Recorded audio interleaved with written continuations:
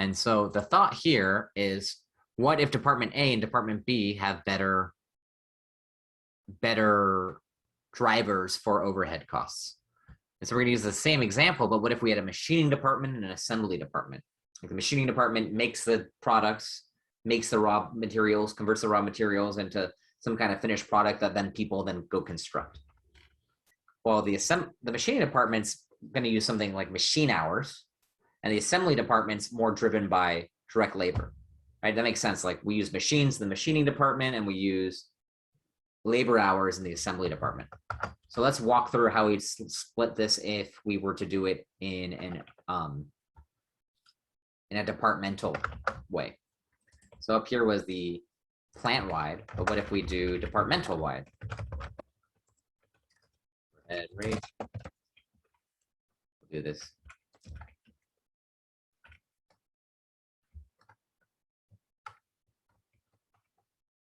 Copy this information down here.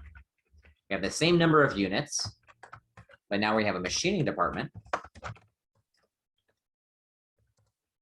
which we have hours per unit, total hours, 10, 20.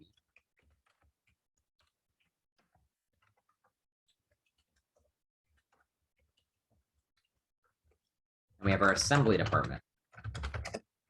Right, people building the go-karts themselves.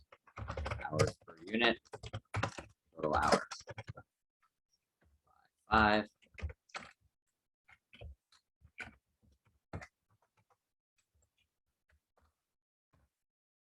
$30,000.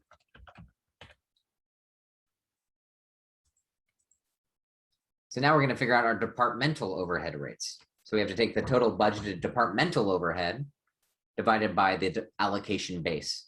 This is the allocation base. So the machining department is using an allocation base of machine hours. The assembly department is using an allocation base of labor hours. So we're saying here, of this, we're allocating 4,200,000 to the machining department.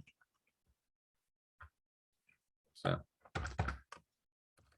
allocated overhead. Yeah.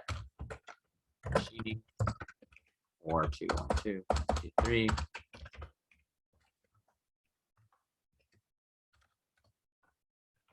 Assembly.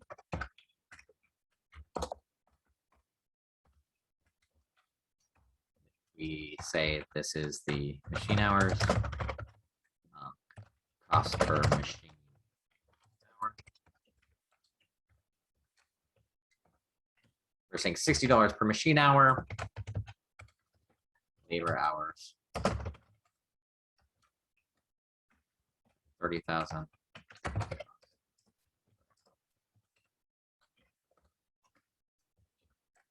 That's where they're getting the $20 from. Okay, we're just dividing them. And so then we go back and we have to allocate, well, how much do these actually cost? How much do these go-karts actually cost? So then we take these rates that we just determined, right? It's just a step further than we did previously, and we add it back to our initial costs. So our allocated cost to machining, we did 10 hours times the rate, 60, that's 20 hours times the rate. Allocated cost labor, 5 hours times the rate, 5 hours times the rate, 100. Let's make sure. 600 and 100, yep. That's right, 1,300. Total overhead is the addition of these two. That's the 1,300 and the 700. Now realize that this is different, right? Beforehand, we allocated $720 of overhead to the standard go-kart Now we're only allocating $700 of overhead to the standard go-kart, right? So that changes the pricing. So we get a more accurate pricing. In theory, we get a more accurate pricing model because of we're using a more granular level of analysis. And then we could add in the other costs and you'd see the difference.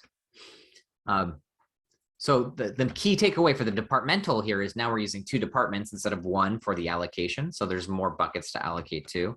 And because of that, we're going to get a more granular level of analysis, which in theory gives us a better estimate of costs, which then we can change our pricing. So in this case, we would have been undercharging our custom go-karts and overcharging our standard go-karts, right? And that's a problem in the business world, right? Like we would be maybe losing money on our custom go-karts and not knowing it, and then we could have been charging less for our standard and maybe winning in the marketplace.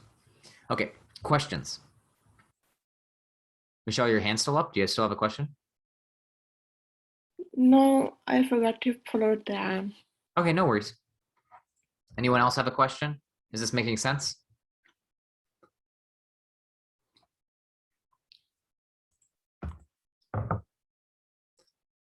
Okay, and so then, Christina, this was your question earlier.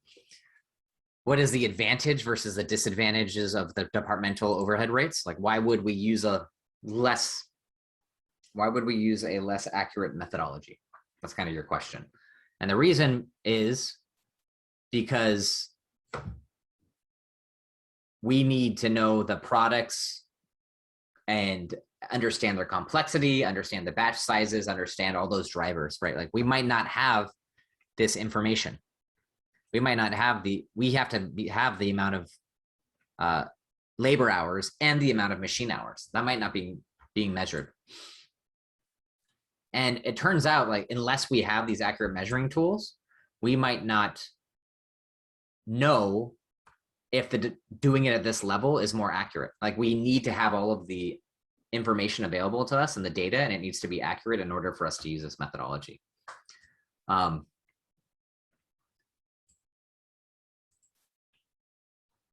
Yep, that's pretty much the main takeaway.